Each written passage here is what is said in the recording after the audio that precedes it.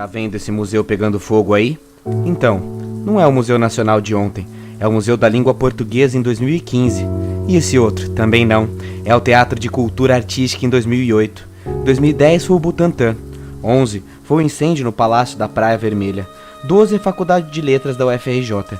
13 o Memorial da América Latina em São Paulo. 14 o Laboratório do Centro de Ciências de Saúde no Rio. 2016 a Cinemateca e a Reitoria. Em 17 foi o Alojamento Estudantil. E agora em 18 o Museu Nacional. Todos pegaram fogo, então não foi e nunca é por falta de aviso. Que o laudo conste que foi por mero acidente. Desculpa, não foi. Acidente é tsunami, terremoto, raio, chuva ou furacão. O que aconteceu no Museu Nacional é crime. Chocante, sem dúvidas. Inesperado, jamais. Escreva esse vídeo na madrugada do incêndio. Não consigo dormir. É como se todo o país queimasse. As notícias dizem que não há vítimas. Eu discordo. Houve muitas vítimas do passado. E entre as mortes a nossa Luzia, a primeira brasileira, foi vítima do descaso dos seus filhos do futuro. 13 mil anos de história na natureza. Não resistiu a 50 na nossa mão. Há uma sabedoria antiga que diz que uma pessoa ou um povo só morre de verdade quando ninguém mais tem a oportunidade de lembrá-lo ou acessá-lo. Tinham povos e espécies nesse museu que não existem mais e sua última memória estava ali. Agora, morreram para sempre. Triste o país que acha que pode sonhar com o futuro sem preservar o seu passado. E aí? Suave? Não, né? Eu não sei a relação de vocês com o museu, mas acho que qualquer pesquisador e áreas próximas da pesquisa de história ou biologia sentem a paulada mais vezes. Museu é fonte de pesquisa e sei lá, tô muito em choque. A gente nunca fala nada sobre museu, então agora a minha ideia é fazer um mix de história, reflexão e desabafo para entender como algo assim acontece no Museu Nacional, no maior acervo do país. E o pior é saber, vai continuar acontecendo. 6 de julho de 1818. A família real mal chegara ao Brasil e logo Dom João VI funda o primeiro museu brasileiro. O prédio não era esse de ontem. Esse, mais robusto e chique, inspirado no que havia de mais moderno na Europa, era simplesmente a casa da família real. O museu ficava na Casa dos Pássaros, no centro do Rio. Desde aquela época, o acervo já contava com obras raras.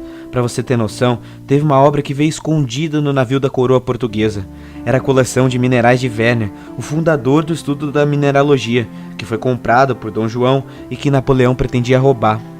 Também tinha o meteorito de Benderó, encontrado na instituição desde 1888.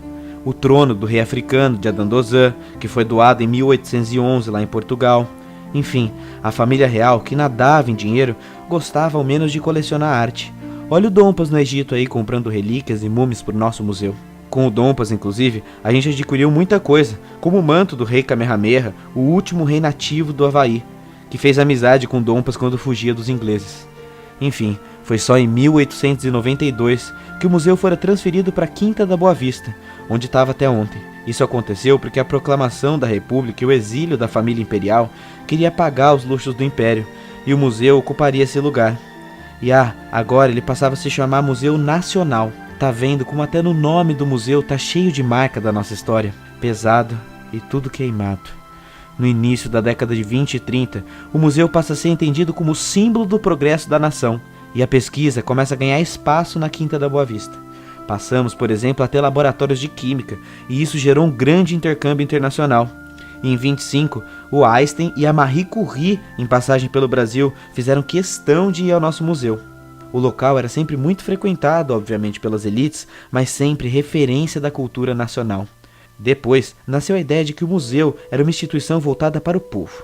Entre 37 e 55, durante a administração da antropóloga Heloísa Alberto Torres, segue-se as ideias do governo Vargas, que buscou, de certa forma, investir na ciência nacional. Em 46, o museu passa a ser administrado pela UFRJ. Em 50, o último presidente do Brasil visita o museu. E sim, é isso mesmo que você ouviu. O último presidente a visitar o museu foi JK. E na ocasião, inclusive, ele parecia profetizar o futuro sombrio que vinha pela frente. Dizia ele que se o Brasil soubesse a grandeza e a riqueza do museu, não deixaria ele chegar nesse estado. Daí pra frente foi só resistência. Entre as indas e vindas o museu continua, e hoje rolava até força de vaquinha online. Mas são os trabalhadores apaixonados, os pesquisadores fervorosos, os restauradores guerreiros é que, independente da gestão pública, mantinha o museu. Até ontem, o acervo era composto por cerca de 20 milhões de itens e resistia, sendo o maior e mais importante acervo indígena e uma das maiores bibliotecas de antropologia do nosso continente. Tinha departamento de paleontologia, geologia, antropologia, biologia, 400 alunos de mestrado, doutorado, acabou. Tudo. E não é derrotismo não. Objeto de pesquisa queimado não tem backup, não tem saída, não tem dinheiro que pague milhares de anos de uma múmia egípcia. Muitos talvez não entendam a dimensão do que é perder um museu e podem imaginar que isso é só velharia. Mas sabe por que pensam nisso? Porque nós não frequentamos museus. Museu tem muito mais do que isso. E engana-se quem acha que é perder o passado. Pense, por exemplo, numa espécie de animal rara, batizada e depositada nesse museu há 100 anos. A referência fica ali para sempre, para os povos do futuro estudarem. O museu, então, é o mais próximo do que podemos ter de uma viagem no tempo, para o passado e para o futuro. Imagina a própria Luzia. Perdemos não só o passado de 13 mil anos dela, mas todas as descobertas que o futuro poderia fazer sobre a Luzia e sobre nós. Entende o tamanho do dano incalculável e infinito que estamos passando? É passado, presente e futuro contaminados. Inclusive, vamos falar de presente. Que estado é que estava o museu? De competência do governo federal, o Museu Nacional, como até o Louvre, é público, e guardar patrimônio é estratégia nacional. Aliás, isso não é nem luxo, é lei. A Lei 11.904, que versa sobre o Estatuto dos Museus, onde a palavra preservação aparece 8 vezes. Na prática, porém, isso é bem longe da realidade. Sobre as verbas, a instituição vinha sofrendo cortes orçamentários há pelo menos 3 anos. Desde 2014, a verba de 520 mil anuais não chegava completa nunca. Sim, 520 mil, não 5 milhões ou 520 milhões.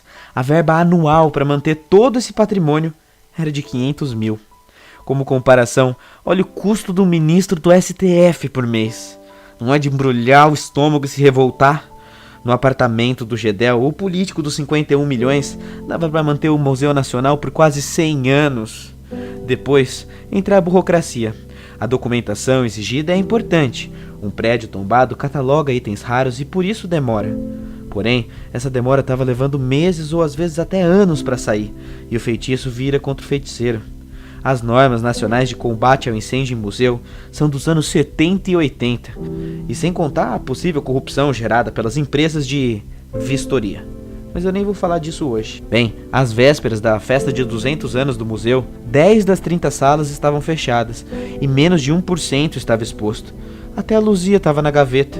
Em janeiro, o museu chegou a ficar fechado por 10 dias e após uma greve de funcionários, não faltou reportagem denunciando a calamidade pública que estava rolando.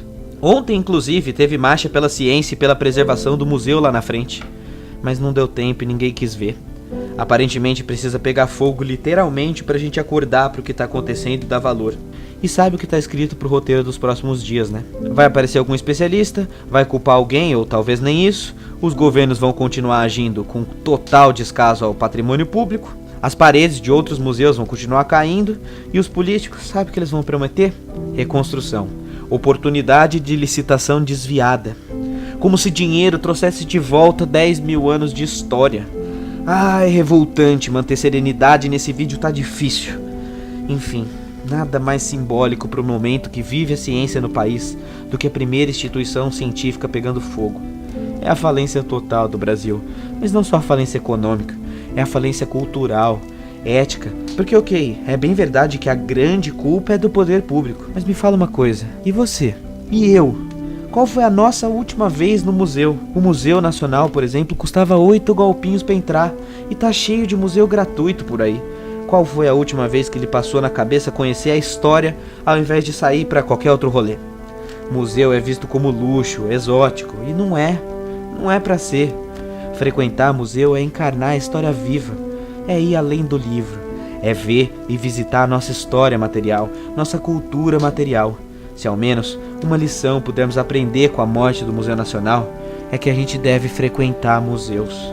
Porque o museu queimando não é apenas um museu queimando, é a história de um país, de uma humanidade queimando. E isso está sendo sintoma do mundo que vivemos. Não é à toa que tiranos destroem museus quando invadem países. O imperador romano Júlio César fez isso lá atrás na biblioteca de Alexandria. Hitler fez isso quando invadiu Paris. O ISIS faz isso até os dias de hoje quando destrói monumentos em suas ações.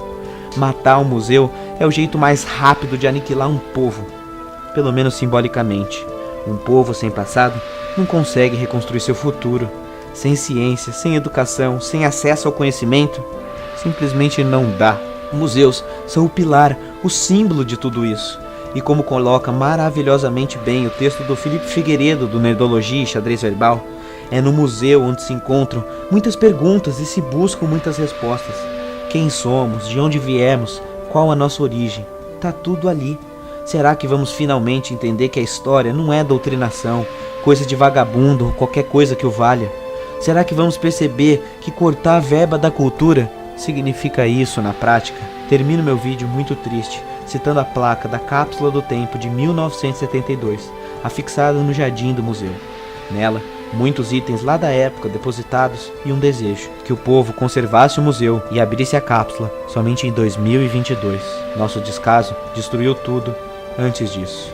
Todos que por aqui passem, protejam esta laje, pois ela guarda um documento que revela a cultura de uma geração e um marco na história de um povo que soube construir o seu próprio futuro.